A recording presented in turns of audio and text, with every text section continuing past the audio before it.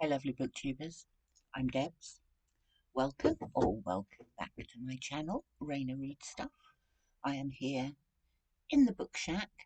The crow that has been jumping across the top of the shed making a lot of noise has gone, so hopefully we won't be bothered by him.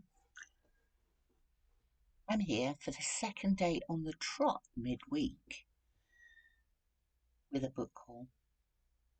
And it's not just any book haul. It is the first book haul since finishing the Read What You Own challenge. Now, for those of you who don't know, the Read What You Own challenge started on November the 6th, and the idea was to read what was on your own bookshelves. It was created by Olly at Olly, and I pledged to do the top tier of the Read What You Own challenge and read 100 books that I owned before I bought any more. Regulars to the channel will know that for the past 6 weeks I've been moaning about not being able to buy new books because everybody has been doing their most looked forward to books for 2024 and their best books of 2023. But what I did learn was that I need to be more selective and not so compulsive about the books that I buy. So I finished the challenge on Sunday. It took minutes, I think, for me to collect a buy on a couple of book orders online.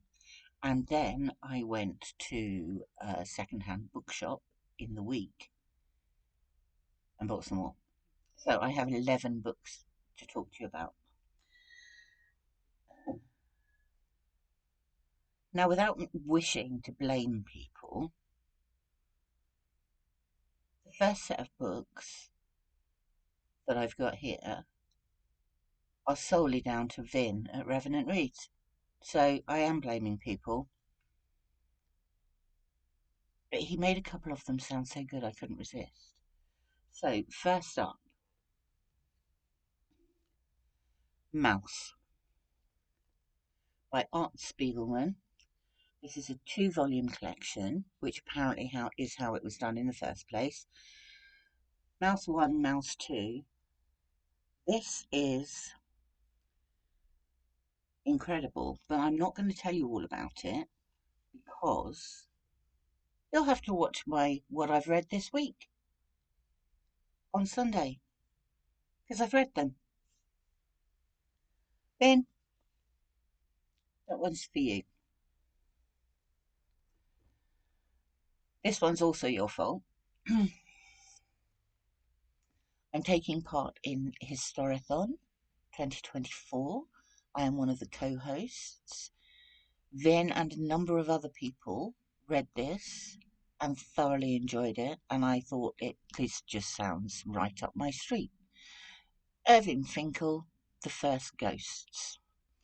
And this is about the ancient beliefs in ghosts and where those beliefs first came from. So this is a ghost hunt that takes in the Babylonians, the Assyrians, and Sumerians, and are among. He talks about some of the first ghost stories ever written. Technically, Vin, these aren't your fault, but I couldn't resist a couple more Irving Finkels, so I got Babylon, City of Wonders,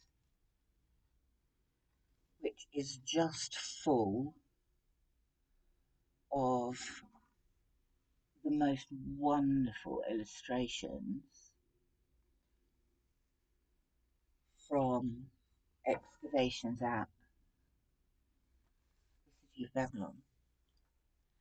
Um, both of those two Irving Finkel books are for Q1 of Historathon, Prehistory, 2500 CE.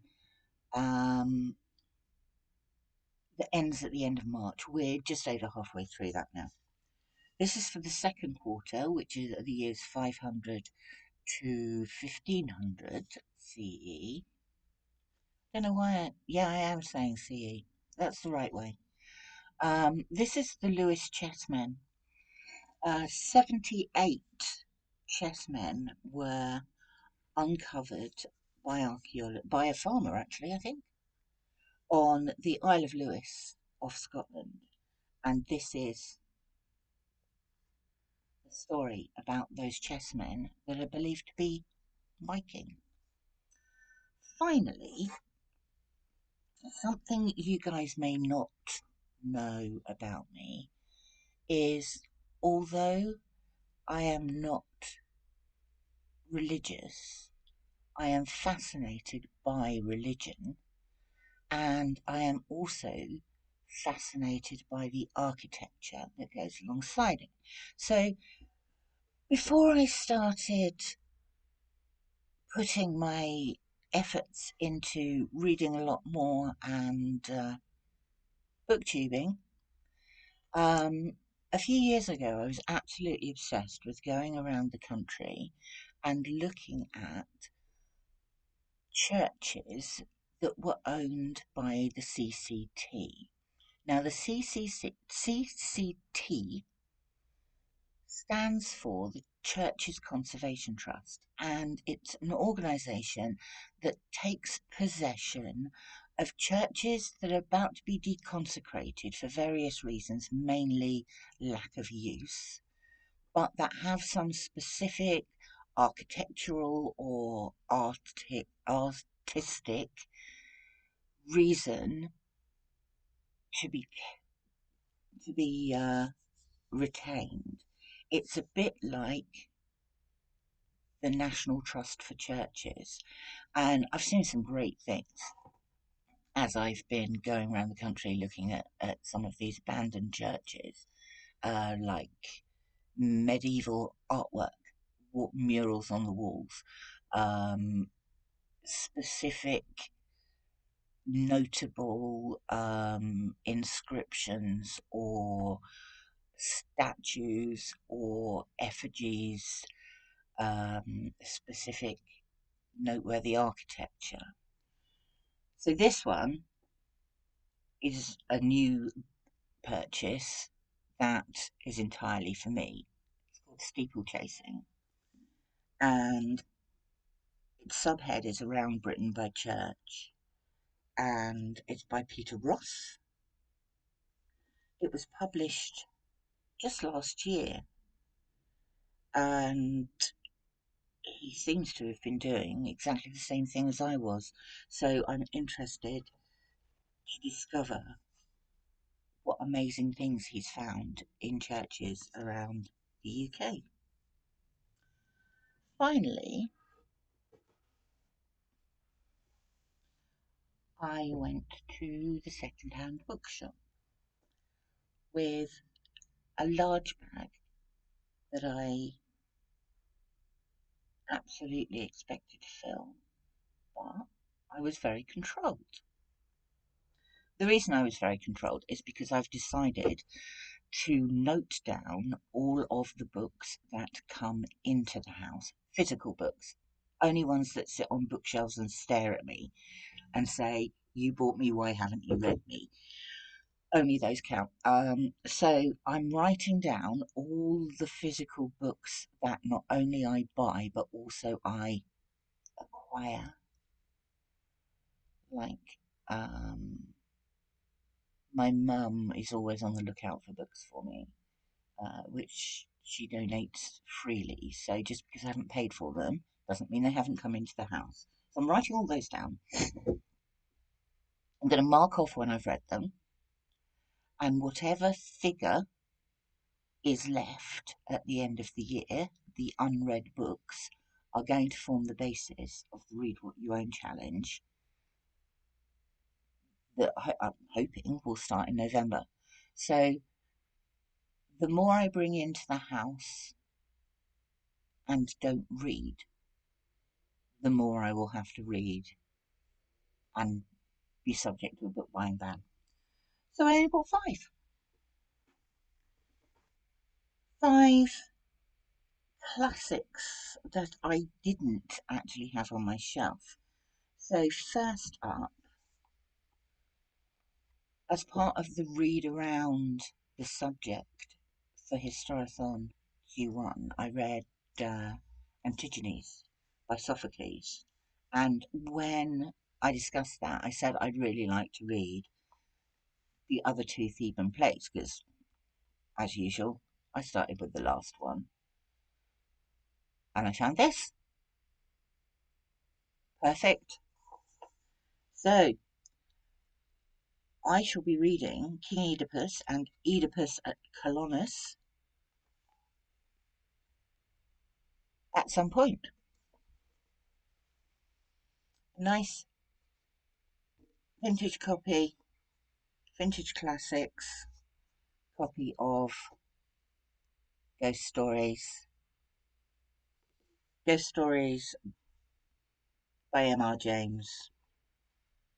That looks fun. There's quite a few in here.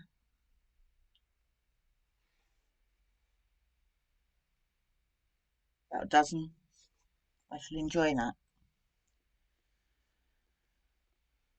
I didn't have a copy of this. I've never read this. I'd like to read this.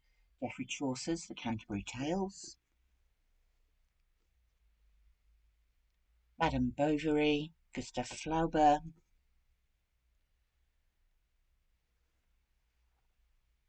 Good addition to the collection. And finally, another one that I've never read. John Buchan, Prester John. I do really love these old Penguin classics with the instantly recognisable orange. As you can see, I've got a fair few. So, 11 books. I was delighted to get out and be able to buy books again. I was delighted particularly to pick up the books that Vin had recommended that just sounded fabulous and I couldn't buy them, but now I have. Um, got a big little collection there. I'm quite pleased with that. You'll notice there's no modern fiction in there because I'm very good at going into second-hand shops and going, ooh, that looks good, ooh, that looks good, ooh, that looks good. And I mean, one week last year, in 1 week, I bought 75 books. I can't read 75 books in 1 week. It took me 3 months to read over 3 months to read the 100 books that I had to for the Read What You Own challenge. So I'm delighted to have them. It was lovely to be able to go out and do that. But I'm really glad that I just kept a lid on it a bit. Sorry, that's a BBC alert coming through on my phone. Um, that's it. Thank you for popping by. Please like and subscribe if you enjoy this sort of content. Mad old woman sitting in a shed talking about books. Yeah, it's got a lot going for it. But thank you for popping by. It's nice to see you, and I shall speak to you on Sunday for my weekly reading wrap up. See you soon.